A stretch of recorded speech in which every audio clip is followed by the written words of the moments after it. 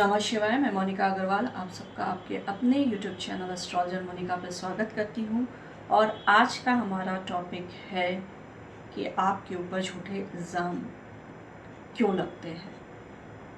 ज़रूरी नहीं है कि हर समय पुरुष ही गलत हो। समटाइम्स इतने केसेस इस समय पूरे भारत में, वर्ल्ड में हो रहे हैं जहाँ लड़कियाँ, औरतें अपने हस्बैंड के ऊपर, अपने फियांस के ऊपर, सड़क चलते लोगों के ऊपर झूठे इल्ज़ाम लगाती हैं और उनको बिना मतलब प्रॉब्लम में डाल देती हैं, कोर्ट कचहरी के चक्कर में डाल देती हैं, उन्हें डिमीन कर देती हैं। तो ये योग किसी पुरुष की कुंडली में किसी क्यों बनते हैं, ऐसा क्यों होता है, हमें ज़रूर जानना चाहिए। और अगर ऐसे योग आपकी कुंडली में बन रहे हैं तो आपको सावधान होकर उपाय करते रहना चाहिए और थोड़ा सावधान रहना चाहिए। तो सबसे पहले हम बात करते हैं झूठे आरोप किन पे लगते हैं सड़क चलते।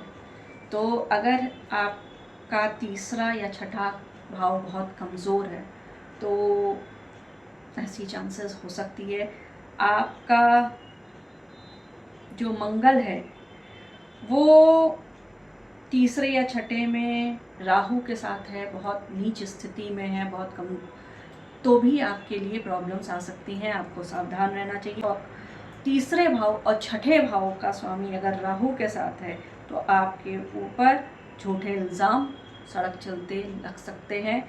थोड़ा सावधानी की ज़रूरत है। अब बात करते हैं कि किसी की टीजिंग करने का झूठा इल्ज़ाम आपको, अगर आप कॉलेज गोइंग बंदे हैं या कहीं ऑफिस में और आपके ऊपर जस्ट टीज़ करने का कोई इल्ज़ाम क्यों लगता है, तो अगर आपके दूसरे और पांचवें भाव में शुक्र और चंद्र की युति है तो आपको थोड़ा सावधान रहना चाहिए। कमज़ोर शुक्र और चंद्रमा इसका कारण होता है। राहु अगर दूसरे या पांचवें भाव में है या दूसरे भाव के स्वामी या पांचवें भाव के स्वामी के साथ है तो भी आपके ऊपर ऐसे इल्ज़ाम लग सकते हैं। आपको सावधान रहना चाहिए। फॉल्स एक्यूजेशन ऑफ मोलेस्टेशन, ऐसा क्यों होता है? आप पे झूठे इल्ज़ाम मोलेस्टेशन के कब लगते हैं? अगर आपका सूर्य यानी आपके इज्जत प्रताप, आपकी फेम का प्रतीक होता है, अगर सूर्य चंद्रमा राहु के साथ है सातवें भाव में तो आपको थोड़ा सावधान रहना चाहिए। या फिर 12वें भाव में है तो भी आपको सावधान रहना चाहिए। सूर्य चंद्रमा केतु के साथ छठे भाव में है तो भी आपको शत्रुओं से सावधान रहने की बहुत ज़रूरत है। आप फॉल्स रेप केस किसके ऊपर चलते हैं? तो पहला युति जो होती है, सूर्य अगर राहु के साथ है और शुक्र के साथ है पहले भाव में, तो आपको बहुत संभाल कर चलने की ज़रूरत है। आठवें भाव में भी अगर सूर्य की राहु और शुक्र के साथ युति बन रही है तो भी आपको सावधान रहना चाहिए। आपको राहु के उपाय, सूर्य के उपाय ज़रूर कर लेने चाहिए अपनी लाइफ में। अगर सूर्य और शुक्र की युति बन रही है, बहुत कमज़ोर स्थिति में सूर्य है, नीच का है, अस्त है आपका शुक्र, तो आपको सावधान होने की ज़रूरत है। False allegation of domestic violence, Rahu और चंद्र की युति अगर आपके चौथा भाव क्या होता है? माता, भूमि, भवन, आपके घर का।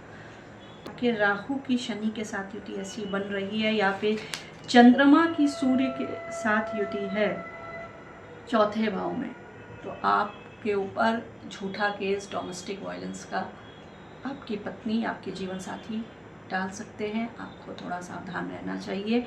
उपाय ज़रूर राहु शनि के विवाह से पहले आप कर लें। अगर चौथे भाव का स्वामी आपके आठवें भाव में है या 12वें भाव में है और वो बहुत ज़्यादा कमज़ोर है तो भी आपके लिए ये इशू क्रिएट हो सकता है। सावधान रहें। कमज़ोर चंद्रमा आपके लिए प्रॉब्लमेटिक होगा, आपका मन बहुत अशांत करेगा। आपको चंद्रमा के उपाय भी ज़रूर करने चाहिए। शादी में आपके ऊपर अगर धोखाधड़ी के झूठा इल्ज़ाम लगता है तो इसका बहुत बड़ा कारण होता है बृहस्पति। अगर आपका कमज़ोर बृहस्पति या कमज़ोर शुक्र आपके सातवें या पहले भाव में है तो आपको थोड़ा सावधान हो जाना चाहिए।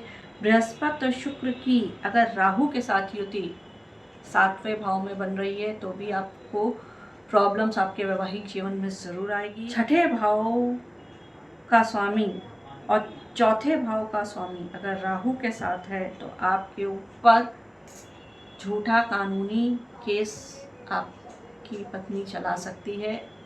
आपको ज़रूर उस समय राहु के उपाय कर लेने चाहिए। False accusation of violence in society,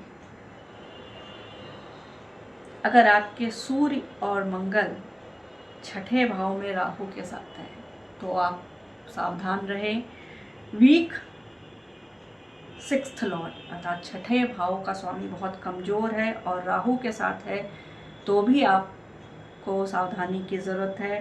कहा जाए एक झूठे इल्ज़ामों में फंसाने की कोशिश कर रहा है तो एक बात ज़रूर चेक करें, कहीं नवमेश के साथ राहु की युति तो नहीं है। नवमेश जो होता है भाग्य का कारक होता है, भाग्य के कारक ग्रह अगर राहु के साथ है तो भाग्य आपको धोखा दे सकता है, थोड़ा सावधानी की ज़रूरत है। वीक नाइन्थ लॉर्ड जो है आपको बहुत ज़्यादा झटके लाइफ में देता है।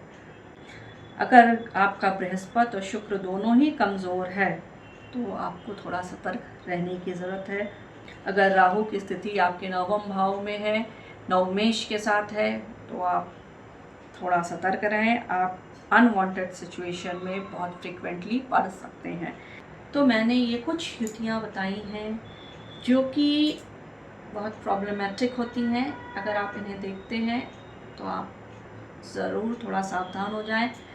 शुक्र और राहु की युति अगर आपके 8वें भाव में हो रही है या 12वें भाव में हो रही है तो शुक्र और राहु की अंतर्दशा, राहु की अंतर्दशा में शुक्र की प्रत्यंतर दशा आ रही है, राहु की महादशा में शुक्र की अंतर्दशा है, शुक्र की महादशा में राहु की अंतर्दशा आ रही है, प्रत्यंतर दशा आ रही है, तो थोड़ा सावधानी उस समय आपको बरतने की ज़रूरत है। आपकी प्रॉपर्टी या इसको लेकर के आपकी वाइफ आप पे केस डाल सकती है, आपको धोखे मिल सकते हैं, आपको सावधान रहना चाहिए। आशा करती हूँ ये वीडियो आपको ज़रूर पसंद आएगा और इसे लोगों के साथ शेयर ज़रूर करिए अवेयरनेस के लिए और अपने प्यारे कमेंट्स ज़रूर दीजिए। चैनल को सब्सक्राइब ज़रूर करिएगा, नोटिफिकेशन ऑन रखिएगा ताकि ऐसे ही इन्फॉर्मेटिव वीडियोस आपको मिलते रहें। मिलते हैं फिर एक नए वीडियो में, तब तक के लिए नमः शिवाय।